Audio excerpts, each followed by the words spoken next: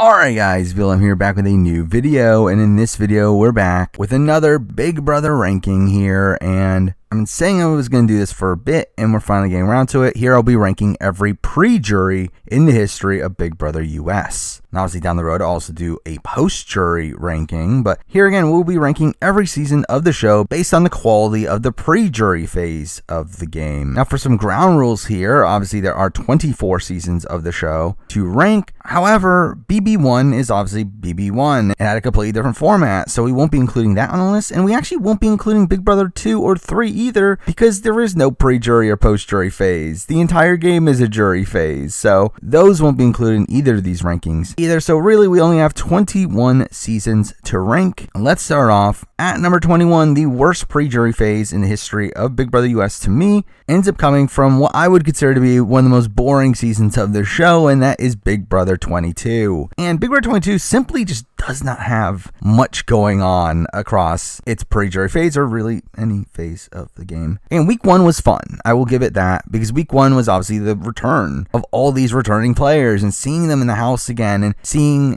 Kaysar win the safety suite and save himself. That was fun. However, after that, nothing else was fun. Week 2 was really boring, where it was an easy Nicole Anthony boot. Week 3 and 4 were just the easy eliminations of Janelle and Kaysar. And then week 5, again, there was more intrigue, where Bailey and Da'Vonne get blindsided, but that also led to some ickiness on the season. And really, BB22 just does not have much to offer here. Considering every other pre-jury phase that I would consider to be pretty bad at least has a big defining moment within it, this one really doesn't, and it's just mostly mediocre the entire way. So because that's here 21. Now number 20, we're moving on to another one of the more hated seasons on the board, and we're moving on to BB19. And BB19 does have one pretty big high, in that being week 1. I mean, week 1 of BB19 was actually pretty strong. Mind you, a lot of that came from twists / weird circumstances, but the fact that Cody ends up having to nominate as many people as he does and still ends up failing and becomes the social pariah afterwards is a pretty explosive first week. The problem is that it also laid the groundwork for almost nothing happening the following weeks, because at that point Paul was in pretty much full control. I mean, week 2, again, just easy Cody backdoor. Week 3, initially Jessica's the target, though it switches to Dominique, and again, that comes with like some not so fun content either. Now Cody does return to the game, and once that happens, we do get a pretty fun Jessica HOH week, where she takes out one of her only potential allies, but at the same time, that also was just frustrating to watch. So while it was technically a good week, it was also not as fun as it could have been. And then the last 2 weeks of the pre-jury were just straight up boring. I mean, the next week is probably one of the most boring weeks in all of Big Brother, where it's the halting hex, so none of it even matters, and Jessica and Cody are to clear targets the entire time. And then the following week, we finally have Jessica go home, and what was obviously very much expected by that point. And again, like, this entire pre-jury phase is mostly mundane, with some very terrible behavior by most of the cast that made it pretty unlikable. Though again, it is the first week that was pretty fun, and also the fine Ramsey week. That leaves it above BB22 here at number 20. Now number 19, another pretty unlikable season, with the pre-jury phase of it being the worst part of the season, and that is Big Brother 21. And BB21 just had a really bad start. I think the first 3 weeks of this season were very tough to watch. Now technically week 1 again did have some intrigue to it. Again, there was a lot of shifting in plans. Week 3 had Nicole being backdoored, only for her to survive that backdoor due to nothing that she actually did,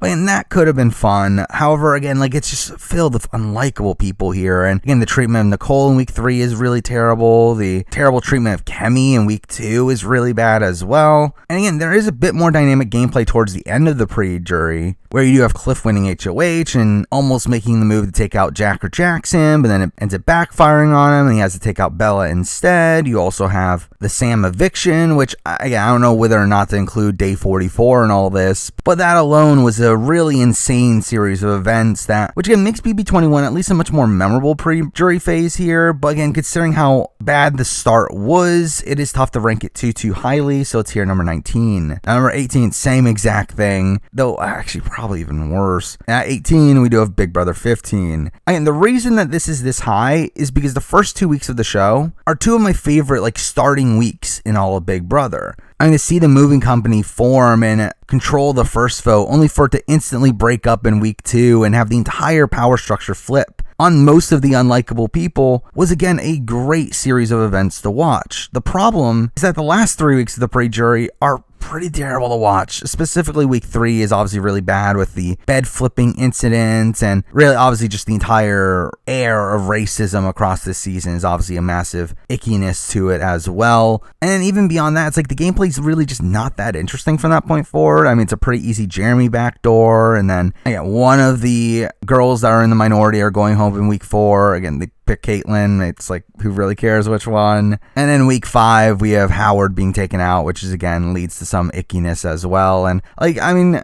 really for me, 15 and 21 are kind of back to back. I think they're pretty similar pre-juries, though kind of weighted differently. Where I feel like the first 2 weeks of BB15 are the best, while I feel like the last 2 weeks of BB21 are the better ones. However, I just remember back in the day watching BB15 live, and some of the best feeds I ever watched were during the Nick eviction week. And it's like, because of that, I am going to move BB15 above 21 here at number 18. Now, number 17, moving on to another pre-jury phase that had a very strong start and then just peters out towards the end, and that is from BB16, where again, we have a very strong first 2 weeks. I mean, the first 2 weeks where Devin is controlling and blowing up his game is a lot of fun. We have the creation of the bomb squad and all the crazy antics that he does there. We follow that up with his HOH train, where the entire house is against him, and he tries to backdoor Zach, and that doesn't go through. All that is fantastic TV, but beyond that, again, it gets a bit more mundane. Again, Devin was obviously going home in week 3 if he didn't win the veto. He doesn't. Week 4, again, another pretty monotonous week where at that point Brittany is a clear target. No real shakeup there. And then week 5, Amber's the target. No real shakeup there. And that's really how you sum up most of BB16. Again, like, it's a season with a very good start, very good first 2 weeks. But when we look at it as a whole, again, like, it's pretty similar to BB15 to me, just without the clout of racism, which is what puts it above it here at number 17. Number 16, and here we're moving on to a pre-jury that I just really didn't know what to do with, as this is the shortest pre-jury in the history of the show, and it's also the first pre-jury in the history of the show. Here we do have Big Brother 4, and Big Brother 4 is a weird one because we did have the Scott ejection,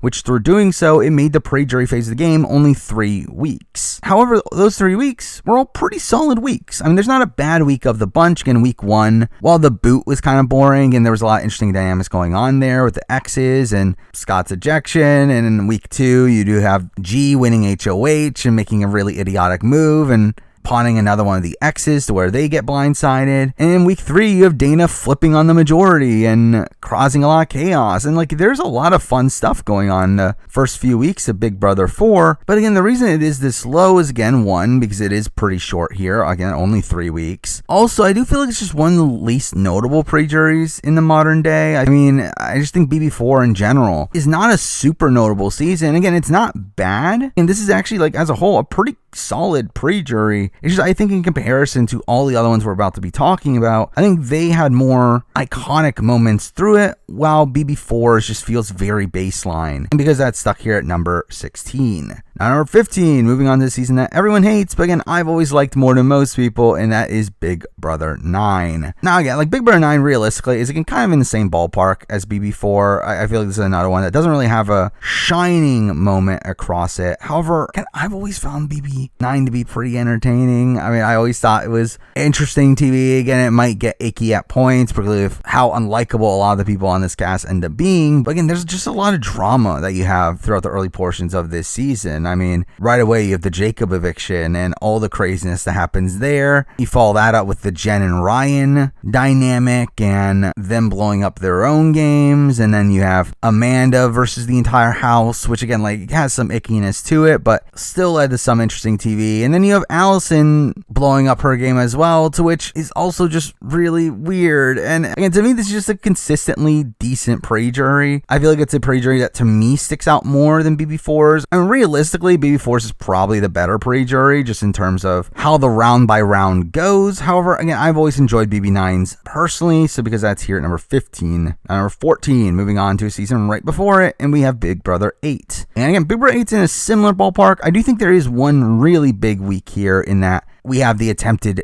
Eric backdoor, which obviously doesn't go through, and that is a pretty fun week there. However, outside that, it's a lot of kind of just like more middling weeks. I mean, the first week itself is probably one of the lesser first weeks in the history of the show, where I feel like not much really goes on there. Though we have Jen winning week 2, and that leaves her targeting Dick and Danielle, and that's kind of fun. You have Mike Dutz being an idiot and putting the target on himself. That's kind of fun. And then you have Nick going home in week 4 in a position where like Jen kind of guilts Jamaica into playing the veto on her. And again, all that's kind of fun TV. So again, like as a whole, like it is on par with the last few we talked about. However, I do feel like the Eric backdoor week is kind of what elevates it above those other ones, and it having probably a bigger spectacle in one specific round. And because that for me, it's here at number 14. At number 13, we have a season that is obviously looked at as one of the best seasons of all time. However, something I learned through the process of doing this is that if you look at it from a more week-to-week basis, the pre-jury phase just ends up being kind of just fine, and that is Big Brother 7 All-Stars, which again, like I think the appeal of All-Stars is obviously seeing these returning players back, seeing them interact with each other, and that's something that isn't really reflected when looking at it week to week. But I still feel like looking at the weeks individually, again, like week 1 I think is really strong. Again, it's a solid starting week. Big player goes home there. I mean, week 2 not as much, not as interesting. Week 4 is a lot of fun, where you have Jace getting backdoored, you have Will's I Hate You All speech, that's really great. Week 4, again, kind of a bit more rocky. It's fine. I mean, the Diane eviction's kind of boring, but we do have Chilltown and Janelle starting to work together, and that's something. And then week 5 is just another kind of week. I mean, it's like season 6 finally loses control of the game, so that's something. But once Janelle wins veto, it's like, okay, I guess Kaser's going home, and there's not much he can do. So it's like, I don't know. It's kind of a middling pre-jury phase to me. Again, like it definitely has a good week 1, a good week 3. However, I think everything else is just kind of fine. And again, in comparison to the rest of the pre-juries, which again, like I think in general, Big Brother pre-juries are mostly solid.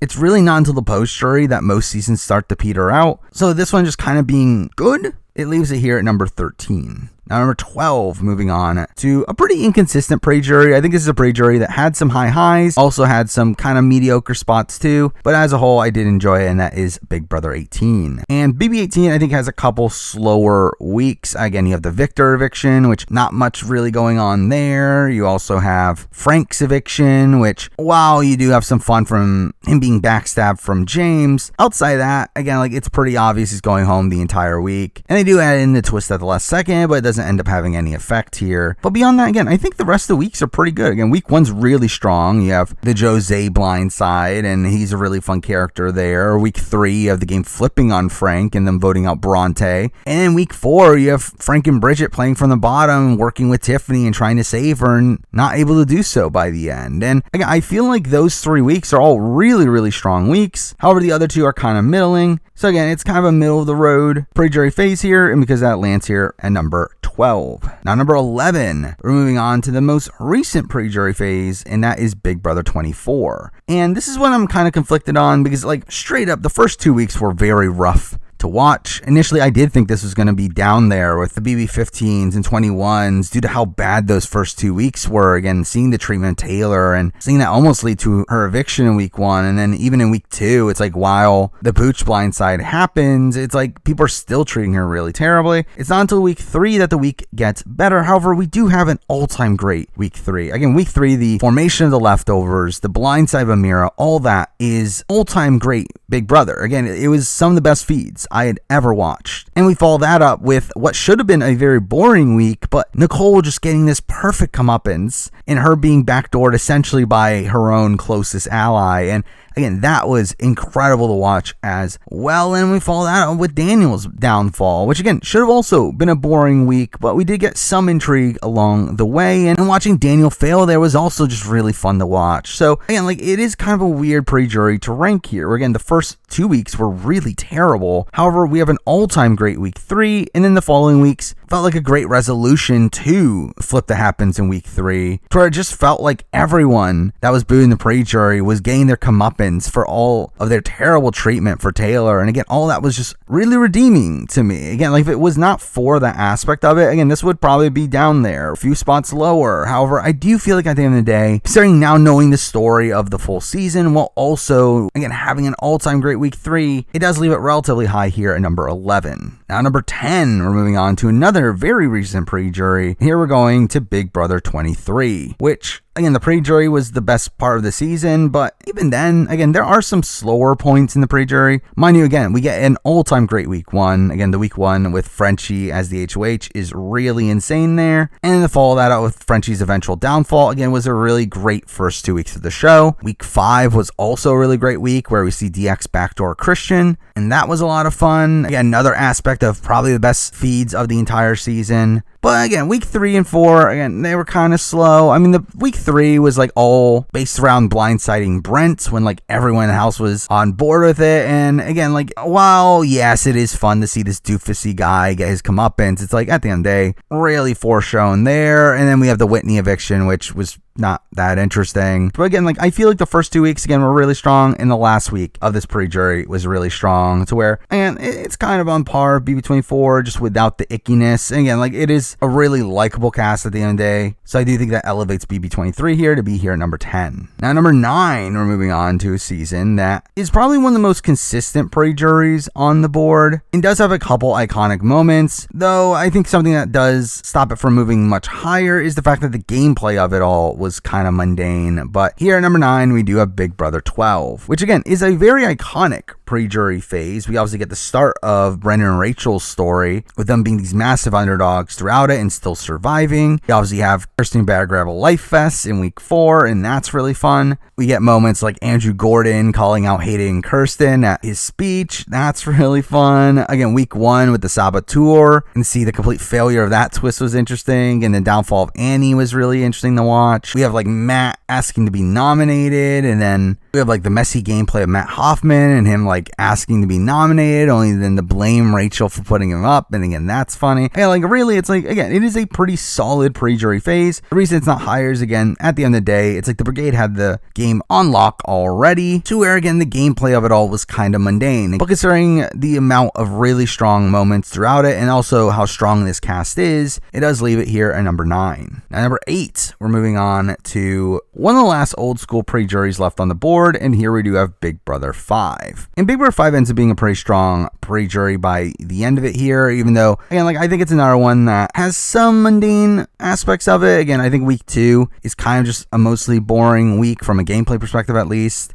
Week 1 is solid, especially when we add in the aspect of Project DNA and finding out about Cowboy and Nokomis. We also have the Twin Twist throughout a lot of this, which is kind of interesting to watch. And obviously, Twin Twist reveal is one of the all-time great moments in the history of Big Brother. Week 3 is kind of a weird week where Drew ends up taking out one of the numbers for the 4 Horsemen, and that leads to a bit of a skiff between the two. And then the last 2 weeks are really the fall of the 4 Horsemen. I think that's really great TV. Seeing Scott get blindsided from the game and follow that up with Jace's boot week, and we get the formation in the back door. So again, like, there's a lot of really strong aspects of this pre-jury here. I got a really strong back 2 weeks, and some strong non-game moments throughout the first half of it as well. Though realistically moving forward, that's kind of the norm with this list, where again, we're kind of entering the top tier of the list at this point, and I just feel like the ones that we'll be talking about moving forward have more going on game-wise than this one throughout more of it. So because of that, for me, BB5's is kind of left a little bit behind here at number 8.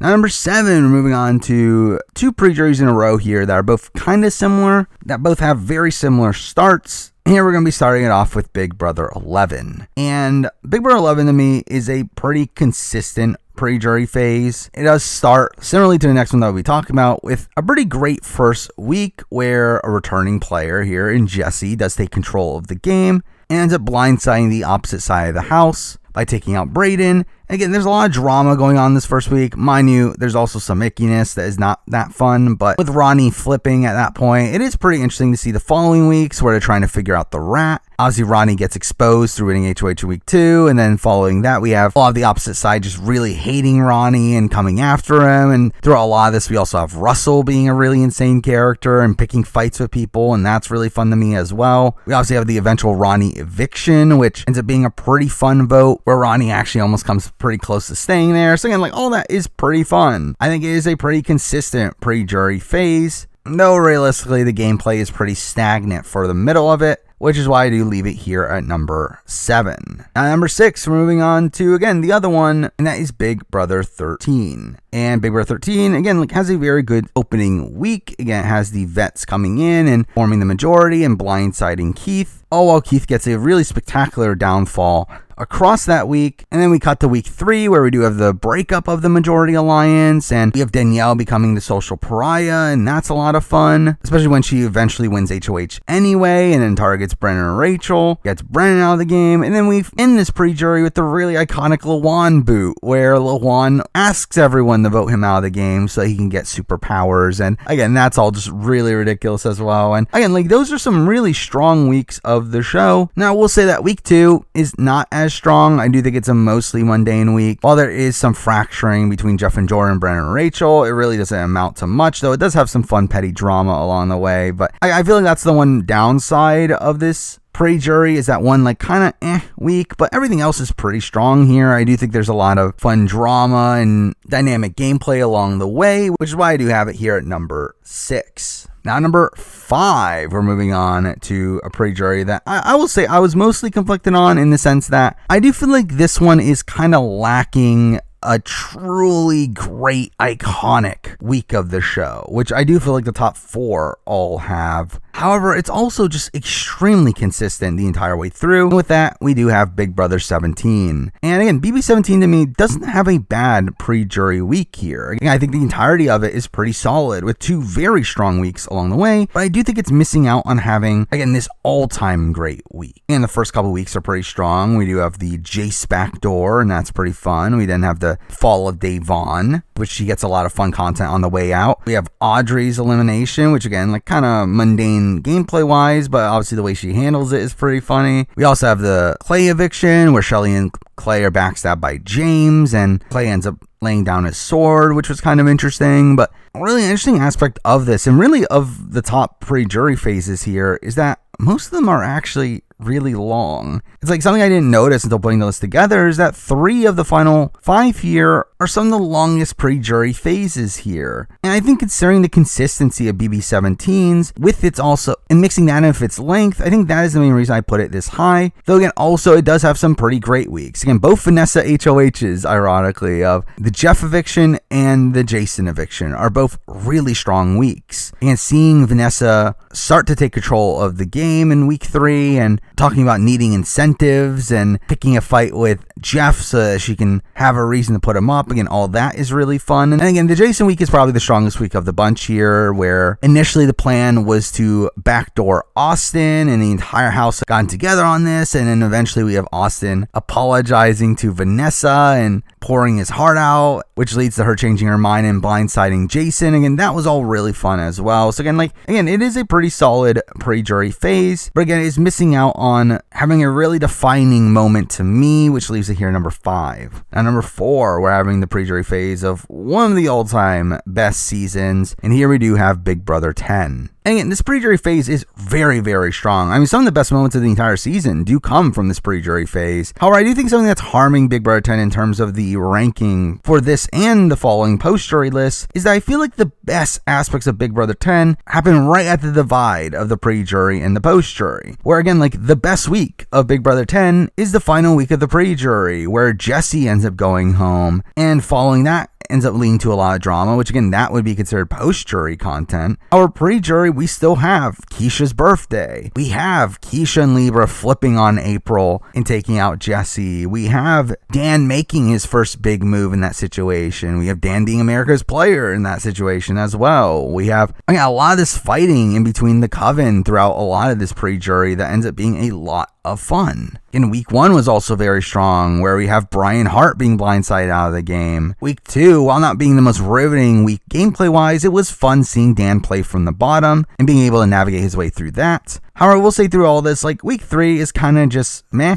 I think that's something that's harming this season in the ranking as well. But overall, again, like, obviously an all-time great pre-jury still. Just week 4 alone is an all-time great Big Brother week. That really, the legacy of that alone is really what puts it this high here at number 4. Now, number 3, moving on to, again, another one of the longer pre-juries on the board. And here we're moving on to Big Brother 14. And Big Brother 14, I will say, is one that does feel long. I feel like, unlike the next one that we'll be talking about, this one does feel like it's kind of meandering around a little bit. Though again, there are still some really, really strong moments throughout. Again, week 1 is just insane. Again, one of the all-time great week 1s, the reign of Willie Hantz and his spectacular downfall there, while also starting this underdog story for Frank. Again, all that is really, really strong. Now, week 2, again, not as strong, though I do think the beginning of it is good. Again, where Willie's on the bottom, we obviously has eventual expulsion, but the lead up to the JoJo vote is not that interesting. Now, following round is pretty strong and could have been a really great week, but obviously the eviction ends up getting canceled. But there we do get Frank getting backdoored, though through him staying in the game, it does lead to more intrigue there to where he's targeted the following week, though obviously they end up blindsiding Janelle instead. And then we get, again, a mostly mundane Will week until we get to the Boogie eviction, which is another really great week there where Boogie and Frank are blindsided. And again, it is a overall pretty strong pre-jury phase. I do feel like as a whole, again, you do have that pretty weak week 5. And part of week 2 is maybe not super strong. But again, weeks 1, 4, and 6 are all really, really great weeks. And week 3 would have been up there had it actually gone through. So again, I do think this is a really strong pre-jury, but I think in comparison to the top 2, it doesn't end up really touching them. So because of that, for me, it's here number 3. Now number 2, and for me, this was a definitive top 2. I think the top 2 for pre-juries here was a massive gap here. However, for number 2 here, I am going to have to go with Big Brother 6. And BB6 again was another one of the longer pre-juries on the board. Again, it was 6 weeks, but it is a pre-jury that stays consistently strong the entire time. It really is such a roller coaster of a season. And again, BB6 is always known as one of the best seasons of all time. And to me, the pre-jury is really what defines it. Again, we'll talk about when we get to the post-jury ranking, but I don't think the post-jury is nearly as strong. I think it really is the pre-jury that is an all-time great series of events here. Again, I mean, week 1 is pretty weak. It actually is probably one of the weaker week 1s in the history of the show. But again, already getting into week 2, you already have this drama between Michael and Eric. You have this big fight from the entire house to the point where production has to step in and tell them to calm down. Again, all that's really great. We also get an all-time great week 3 where Kaysar puts together the Sovereign 6 and ends up blindsiding Eric. Again, really insane series of events there. Some of the best Big Brother in the history of the show. However, it leads to week 4 where Kaysar ends up being taken out immediately afterwards, which is maybe not as satisfying to watch, but still not entirely bad TV there. Week 5, we do have Howie winning HOH and completely messing up the entire game for all the Sovereigns, essentially dooming them by targeting James and Sarah, taking a number from his own side, and through that essentially losing the game. But again, really spectacular downfall there. And normally that would be the end of the pre-jury. However, this is where we get the twist that Kaysar is coming back into the game, and we get the extremely iconic week 6, where we start off with the pressure cooker. Kaysar throws the competition at the end, only to then be backdoored by the end of it. Again, a really insane sequence of events there. Really, for me, the story of Kaysar is really what does make this pre-jury phase. And to see him be on the bottom at the beginning and flip the entire game in order to take out Eric, only for him to then proceed to be the next boot when the opposite side wins HOH, only for him to then return to the game as his beloved figure, only to then be sniped out of the game once again. Again, it is a great story there. 2 all-time great Big Brother weeks across this pre-jury phase, while also still having other pretty solid weeks, to where the only bad week of this entire pre-jury is week 1. But at the end of the day, for me, again, on this list, it is that middling week 1 that does leave it here at number 2. Now, number 1, again, the best pre-jury in the history of the show, again, is one that is constantly talked about as one. Here we do have Big Brother 20. And again, for me, this is the best pre-jury pretty definitively. I mean, while I do think Big Brother 6's probably has a better, contained story within it, to me, Big Brother 20 is just the most fun sequence of events in the early weeks of Big Brother. I mean, just to see Level 6 run circles around Falte was just so much fun to watch. And we have an all-time great week 1 where Tyler pulls off this really insane move at the last second to get Kaitlyn to flip and vote out Steve, and proceeds to remain control of her as she wins the following HOH and takes out Swaggy for him, which is just, again, really, really fun TV there. We then see Level 6 finally getting targeted, but despite that,